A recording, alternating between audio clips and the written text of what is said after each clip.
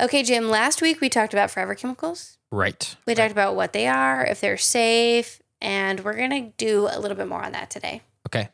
We're going to talk about why they are and how they came to be, and how there may have been a little bit of deception on the part of chemical companies to keep their dangers a secret. Ooh.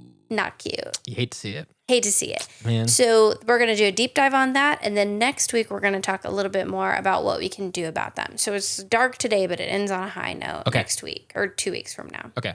But before we do any of that, we want to dedicate this week's episode to our brand new patron, Letila S. Awesome. Yes, Letila. Thank you so much for joining our super cool community. Community. Yeah. And Letila, we first talked to Letila right before our YouTube live, and she's been messaging us. And so it's kind of fun to see her join in. And she even asked about when our coffee hour, or for our questions about our coffee hour this week. Nice. So very exciting. And if y'all want more info on our Patreon, you can go to patreon.com/chemforyourlife and learn more about it. Yep. We'd love to have you. And now on to today's show.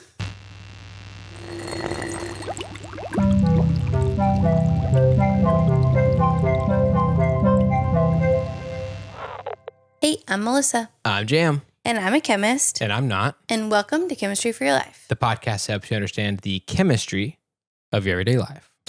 Okay, so this is part 2. Okay. And we've talked about Teflon before, so this is sort of going to be a similar history because it's the same backstory. But I don't think we've gone into this much detail about the discovery of Teflon. Okay. Okay, so I'm going to ask Bri to illustrate this. Okay. But if you remember, Teflon is a polymer, and its full name is polytetrafluoroethylene, which means a polymer is a large molecule made up of a bunch of smaller molecules. We like to call them smolecules. Mm-hmm. So the poly is there's multiple, and then the tetrafluoroethylene is this molecule that gets repeated over and over. Right. And we've talked about before that essentially that Teflon is just a chain of carbons with only fluorines and no hydrogens on it. Right. But I don't think we've talked about the fact that it comes from tetrafluoroethylene and what even tetrafluoroethylene is. Okay. So it's not like you just start with a carbon bonded to 4 fluorines and then you add them together. Right. What you actually start with for tetrafluoroethylene, ethylene is a carbon-carbon double bond. So way back when we talked about different alcohols, we talked about how for a single carbon, that's called methane. Mm-hmm. For a double or 2 carbons, it's called ethane. If you put an alcohol in it, that's ethanol. Okay. And instead of the carbons being linked by a single bond, if you have 2 bonds between them, that's called ethene. Okay. So E and E indicates that there's a double bond at the end if you have E and E. Okay.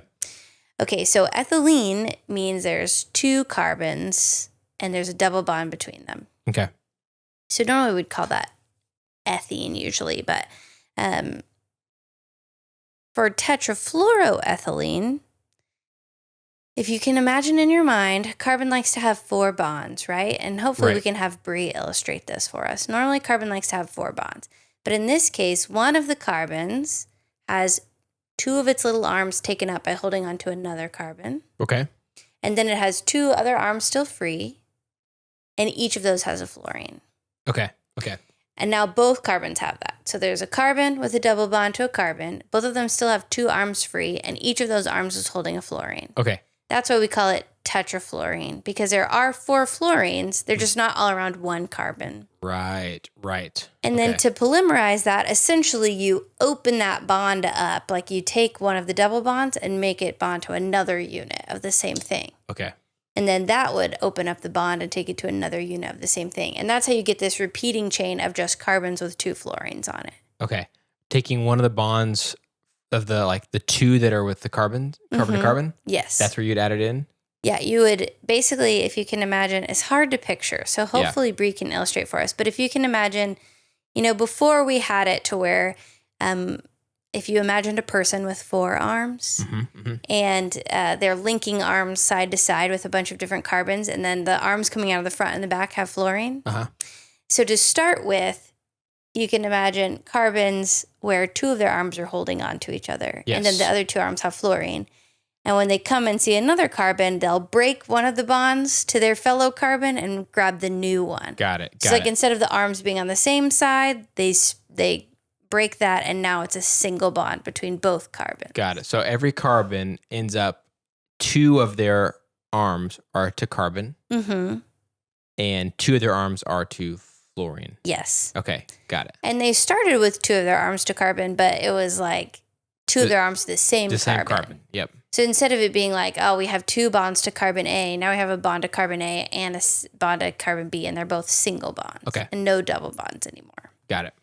So that's how fluorine came to be. Yeah.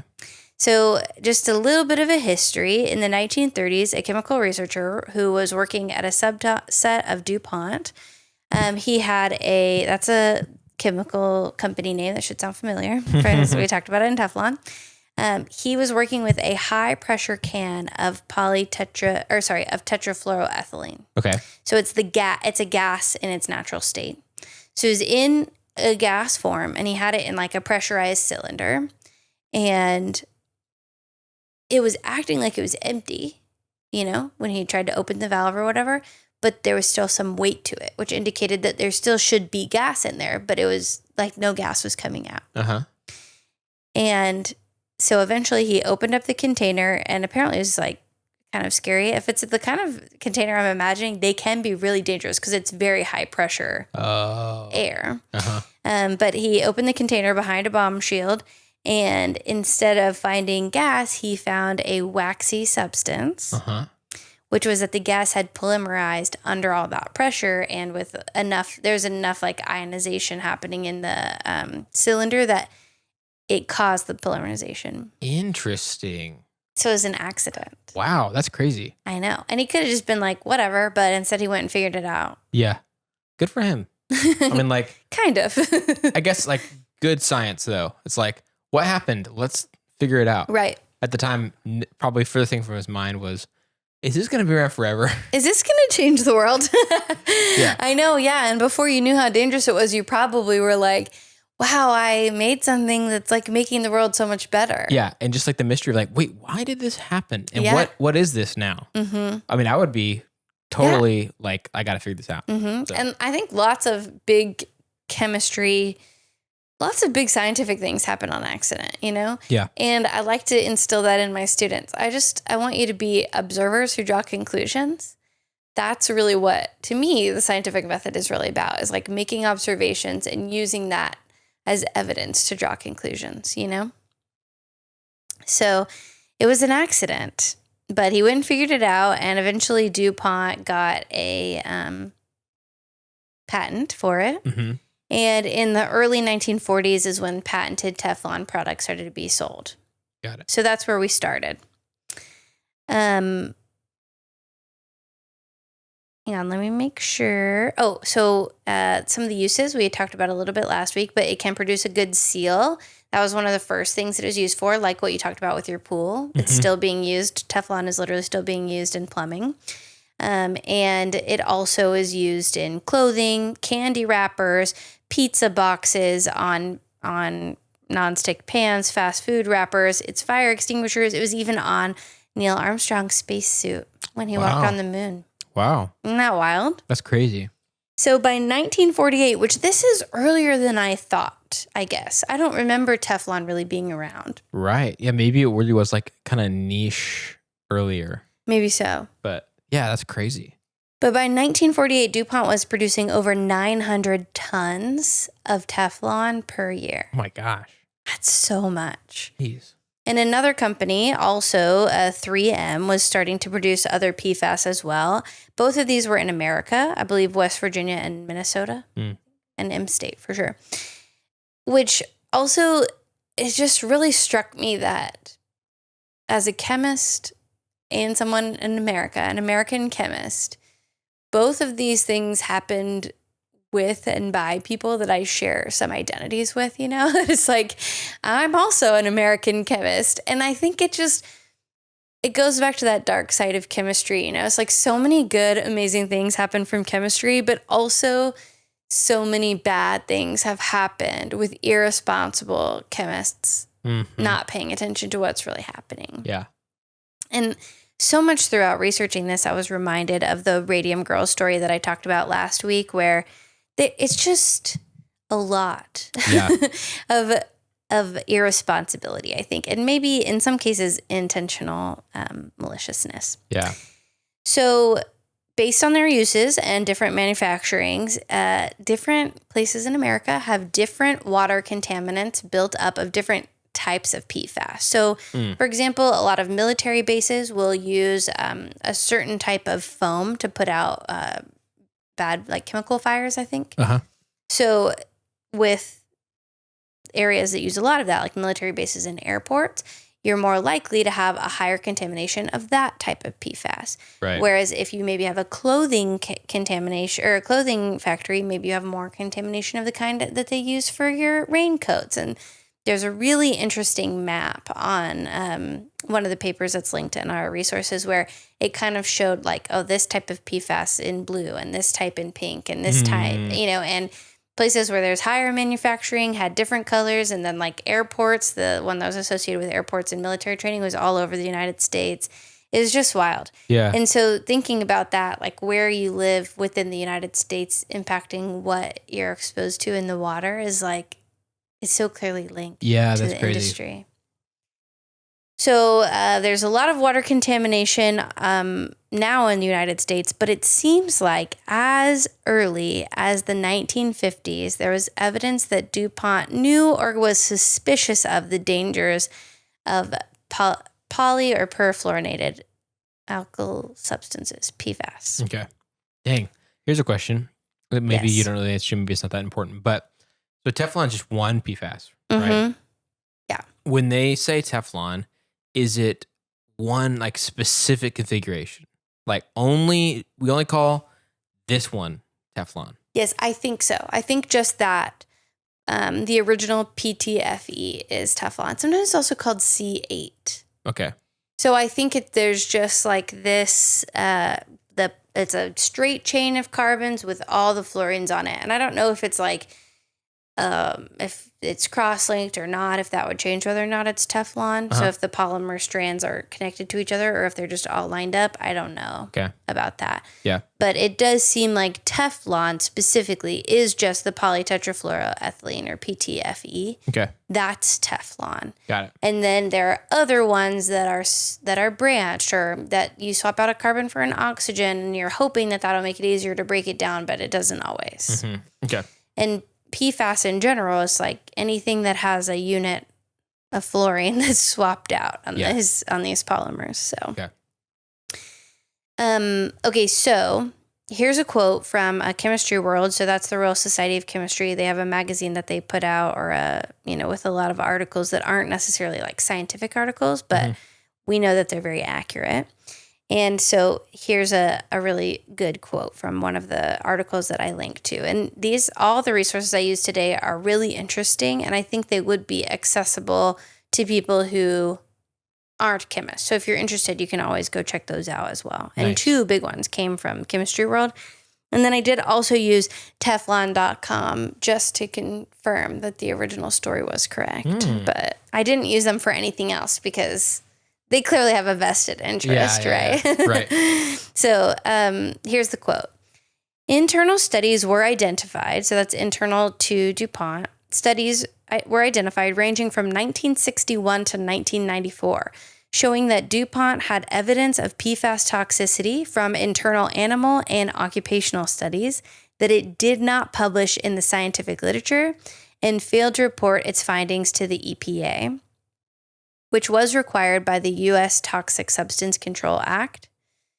These documents were all marked as confidential, and in some cases, industry executives were explicit that they wanted the memo destroyed. Dang. No.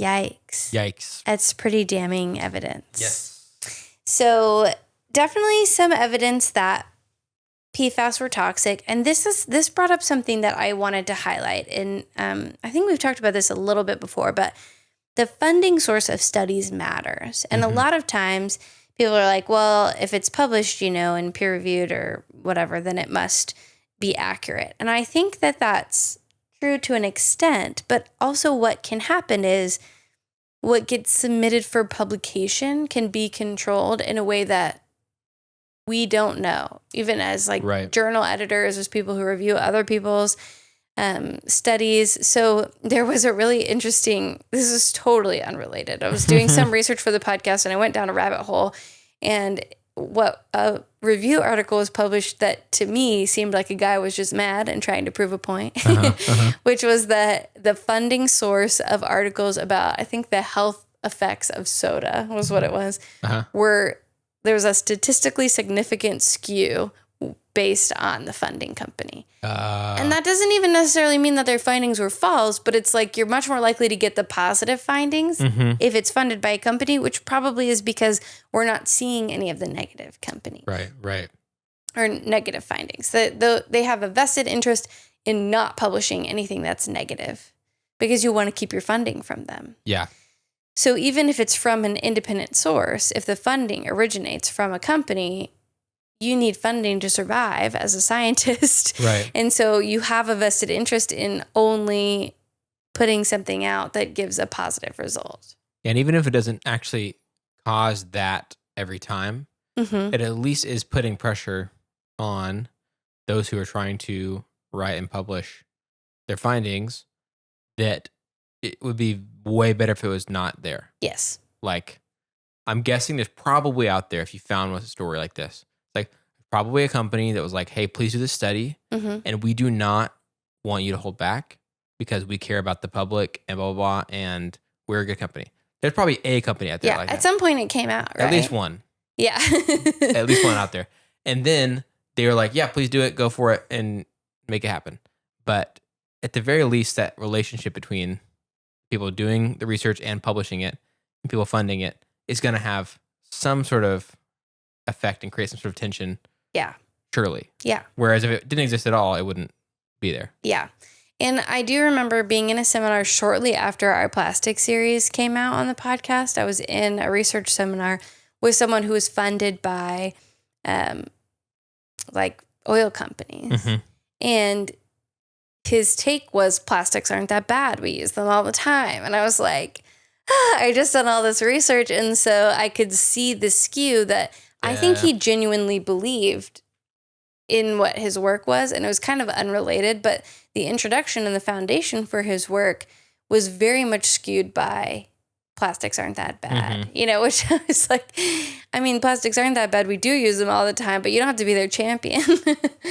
So I think you just have to be really careful about that. And in this case, the people doing the studies were the people creating, it was the people who had everything to gain. And so I don't want to put it past chemical companies to, what's the word when you suppress?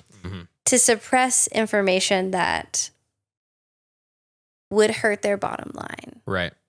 And I hate that because chemistry does so much good, but also I think this is where some of the toxic chemical fear that people put like, oh, chemicals are bad, comes into. It's like, well, yeah, chemicals have done bad things. People who are chemists have done bad things, with their chemicals. So yeah, and for most of us, like lay people, is a total black box. Yeah.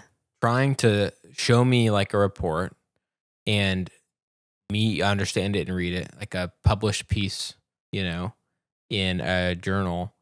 One, understanding it would be difficult. Yeah. Two, understanding whether it's actually the whole picture or not, and what biases may be there or whatever. It's like, it's all a black box for us. So it's like, if someone says, hey, you should be scared of this chemical, it's kind of like, well, I don't really have good evidence to counter what you're saying, so maybe I should be scared of it. Yeah. Or if someone's like, no, you don't need to be scared of that. Then you're like fine. I don't have good evidence to counter what you're saying either. So it's like we kind of get jerked around a bit because we just don't know. I don't know. That's kind of how I feel about silicone. Silicone. We did that. Yeah. That's what kind of started it off. But I'm like, right now, I don't have good reason to be afraid of this. Yeah. But that doesn't mean that something's being suppressed. And I don't think that's a good reason to be afraid of everything, but I think it is a good reason to keep your mind and your ears open. Yeah. It's hard. It's really hard. So one 1959 study looked at respiratory and skin exposure, which noted that influenza-like attacks, so basically like the flu, were present in occupational literature. And that was attributed at the time to smoking cigarettes that were contaminated with the PFAS.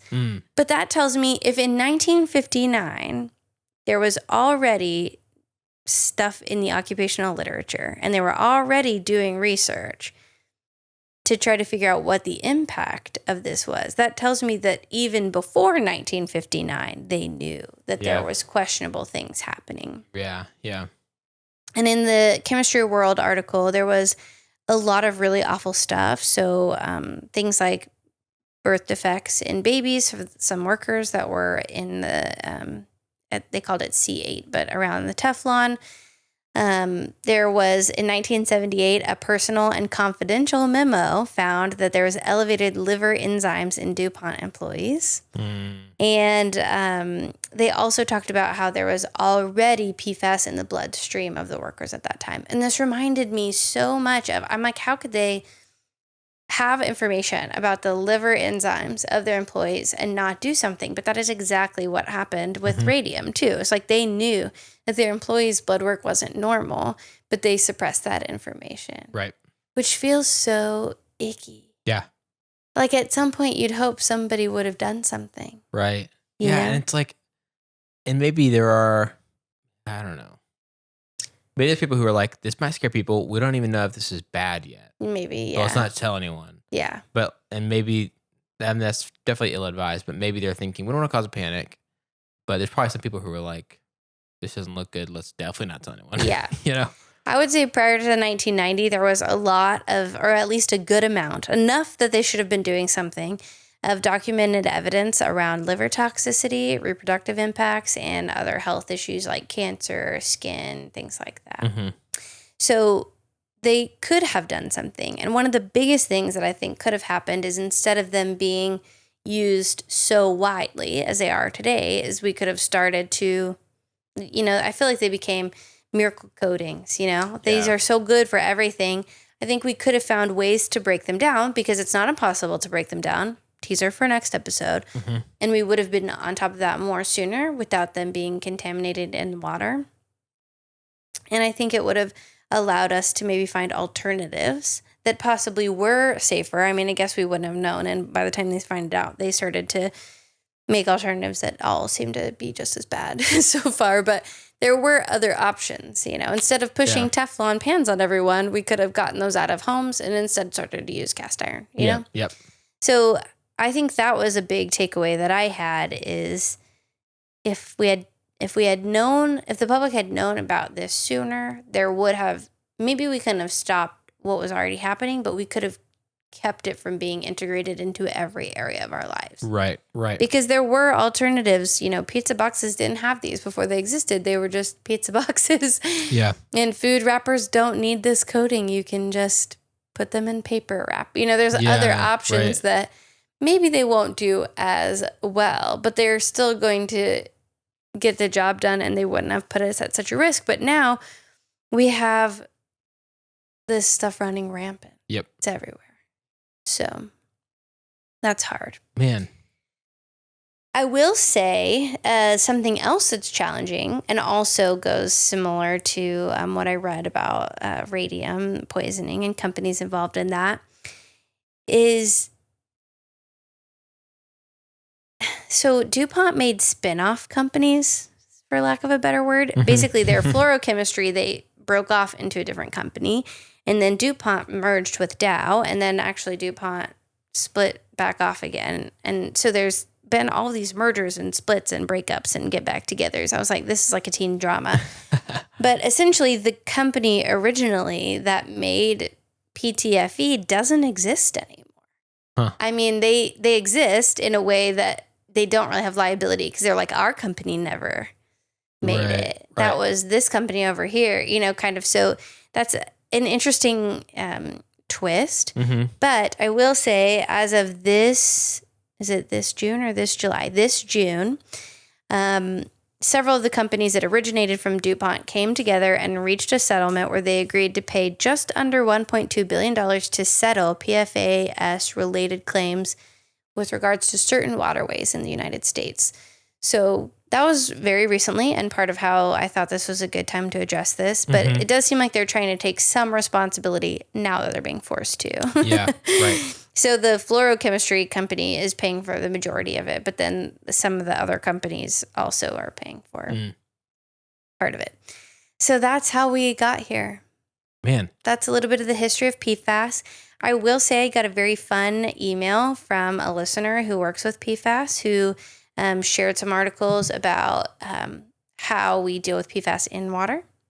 And there's also very cool new video recently that came out from the American Chemical Society about another way that we could potentially get rid of PFAS.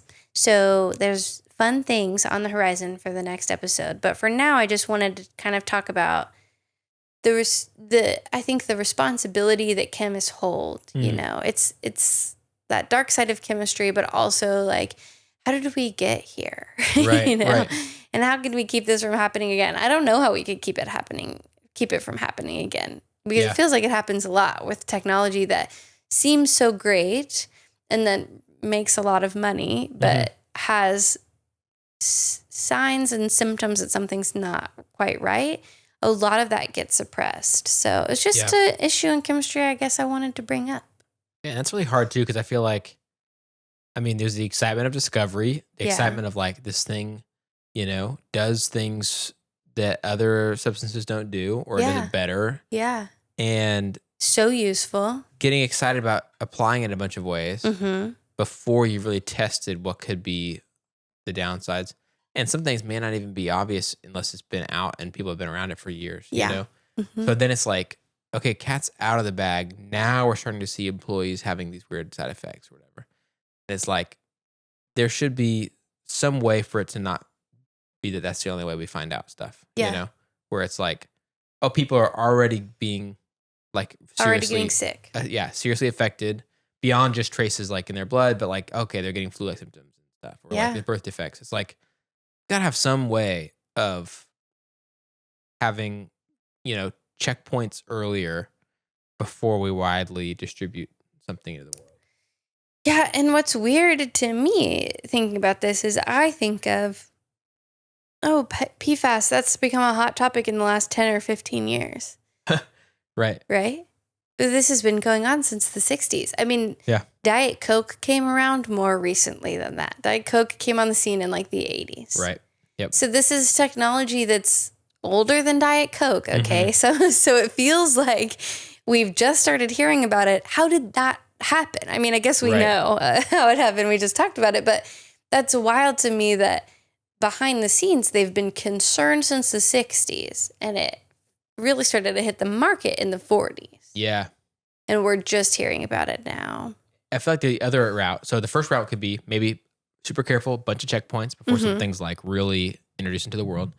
Maybe the other route would be something like, if you've put something out there and something you really didn't expect and could not have necessarily really tested for starts becoming obvious, like people are getting sick by it. Maybe we just normalize being like, hey guys, hey everyone, we made this and we actually think that we might need to put a pause on all this stuff. This is a mistake. But like, we have a little bit of a precedent for that. You got someone like, the only story I can think of is Nobel making dynamite and then reversing course, being known for, I forget exactly the way that all those events took place, but we have the Peace Prize named after him because he did that thing and then realized what he'd done. I forgot that happened. You know? Yeah. But it's like, you can just own it and be like, hey, everyone, you know, sure, my reputation is going to be a little messed up because of this. But if someone had done that in the 50s, you said the first memos that were circulating were in the 50s? It was in the 50s, yeah. If someone had done that then, it would have been a little messy for a bit, but we wouldn't even have heard about it anymore, probably. Nope. I mean, like, and maybe would have taken a few rounds of trying out, is it a different PFAS or, you know, different configuration, different branch off or cross-linking or whatever that works better, or adding in the oxygens or something like that. Maybe they would have tried a bunch of things back then early. But if someone had been like very upfront with the public and been like, hey guys, maybe stop using this for this. Yeah. We're trying to figure this out. But then you get some trust from the public. Like, oh, the scientists made this thing. And then also they were concerned about our well-being. Mm-hmm.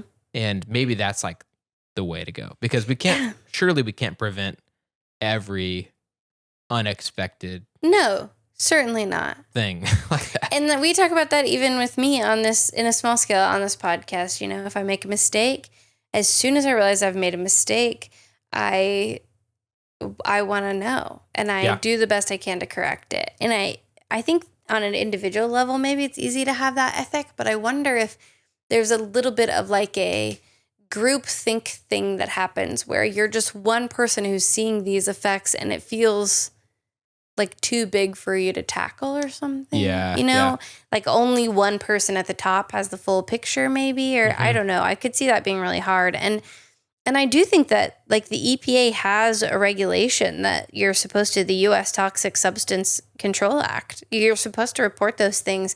But if it's affecting, you know, their income, their bottom line, I think it's hard to want to do that. Yeah. You know? You've put the interest of like ethics against business. Yeah. Like whenever those are opposed to each other, there are people who are going to pick business, and it would be better if that wasn't even the choice, you know?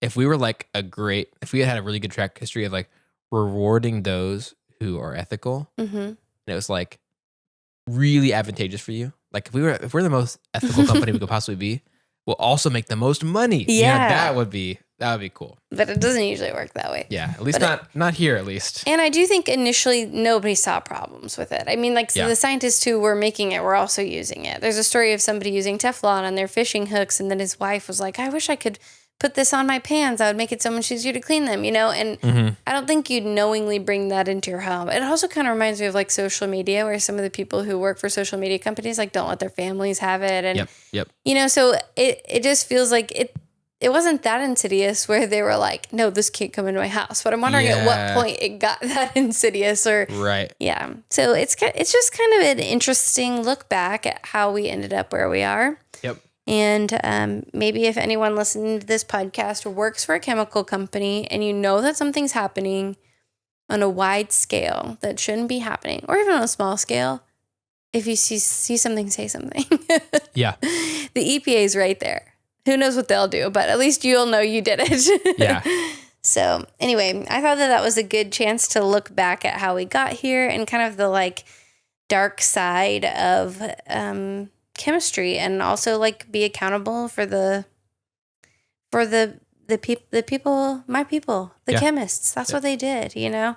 And so then next week I'm going to bring us what we can do about PFAS, what is happening about PFAS right now. Nice. And I'm really excited to share that with you. And our listeners' email was really good that I'm excited about too. So awesome. So yeah. And I got a lot of really good feedback about this. A lot of people reached out and shared things. It was really fun. So thanks for all you who did that. Nice. Well, that's what I have for us. There's not really a good chemistry lesson this week. You already kind of did explain back the polymer itself. It was sort of like story time, which I like.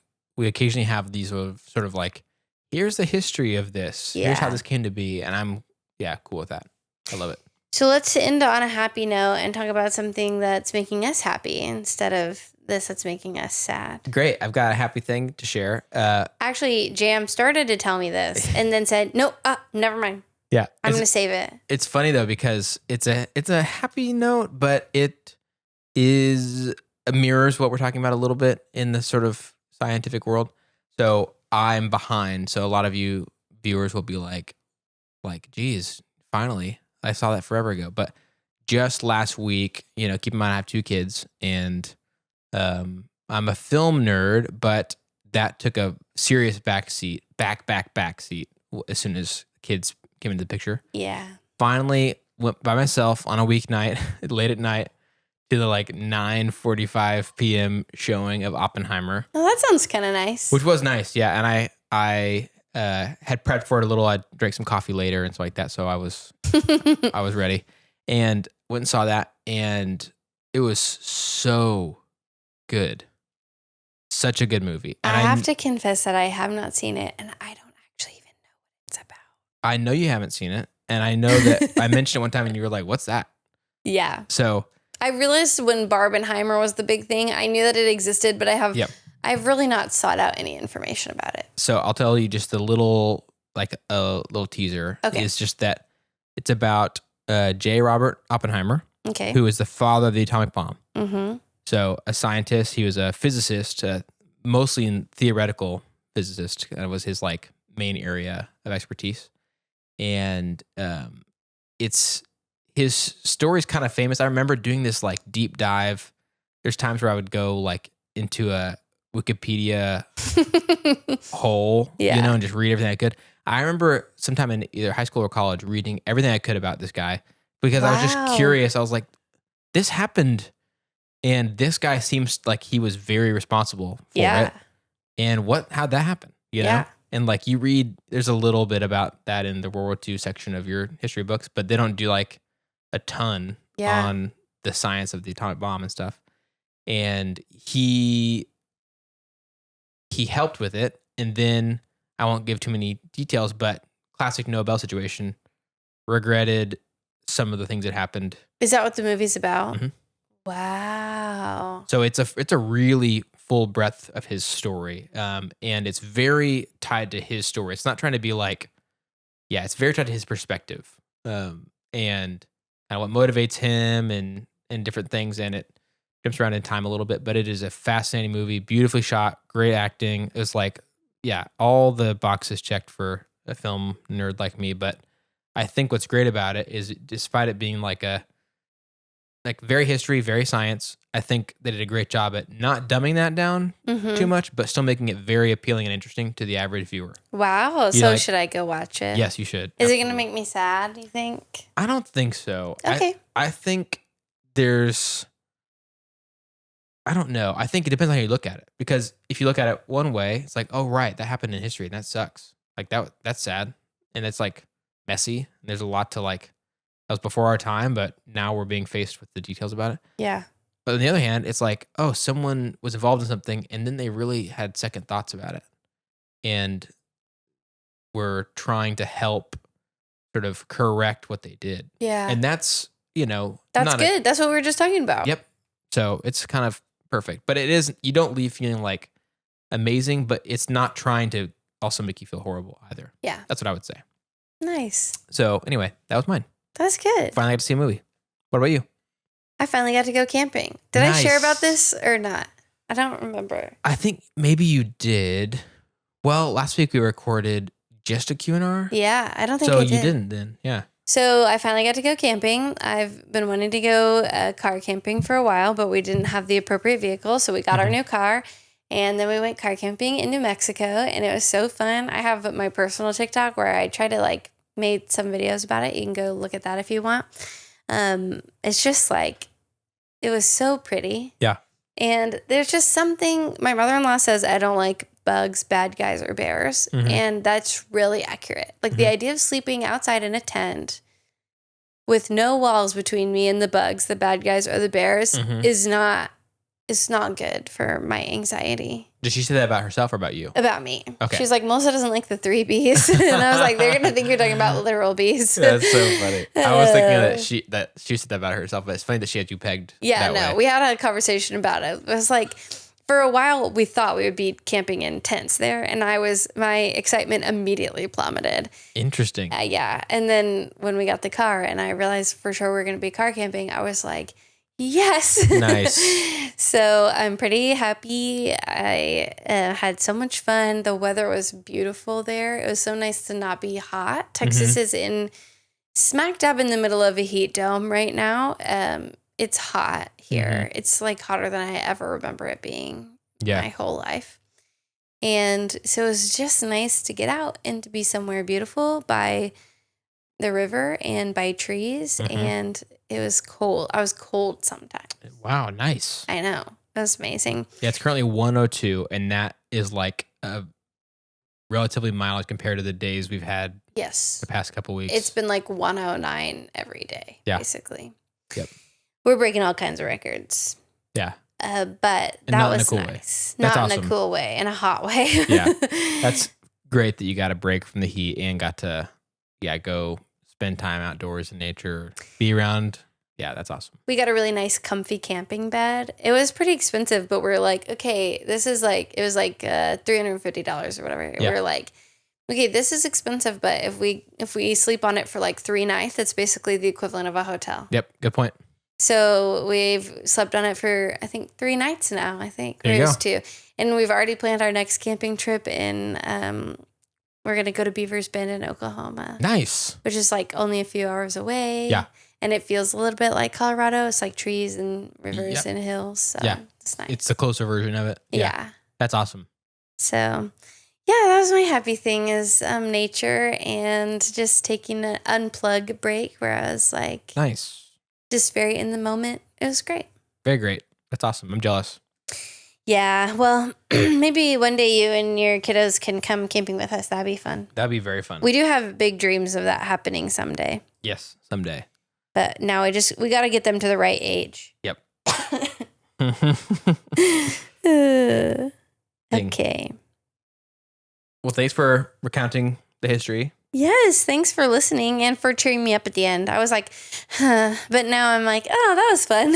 Yeah. Yeah, thanks for listening. Thanks to you and all of our listeners for listening and wanting to learn and for all the great feedback you gave about the episode. That was awesome. And thanks for teaching us, and thanks for being willing to open up this series that's tough and very, very current, but we really appreciate that. And if you have questions or ideas, things you would think are chemistry that you want to ask us about, please do that. We love y'all's questions and ideas. You can reach out to us on our website at chemforyourlife.com. That's chem, F-O-R, yourlife.com to share your thoughts and ideas. If you'd like to help us keep our show going and contribute to cover the cost of making it, you can go to patreon.com/chemforyourlife or type the link in our show notes or in the show description to join our super cool community of patrons. But if you're not able to do that, you can still help us by subscribing on your favorite podcast app and rating and writing a review on Apple Podcasts, or subscribing on YouTube and commenting something cool on our YouTube videos. Those things help us to share chemistry with even more people. This episode was made possible by our financial supporters over on Patreon. It means so much to us that you want to help us make chemistry accessible to even more people. Those supporters are Letila S, Bri M, Avishai B, Brian K, Chris and Claire S, Chelsea B, Derek L, Emerson W, Hunter R, Jacob T, Kristina G, Katrina H, Lyn S, Melissa P, Nichole C, Nelly S, Stephen B, Shadow, Suzanne P, Timothy P, and Venus R. Thank you again for everything you do to make chemistry for your life happen. And if you'd like to learn more about today's chemistry lesson, you can check out the references for this episode in our show notes or in the description of the video. Yay, chemistry! Yay, chemistry!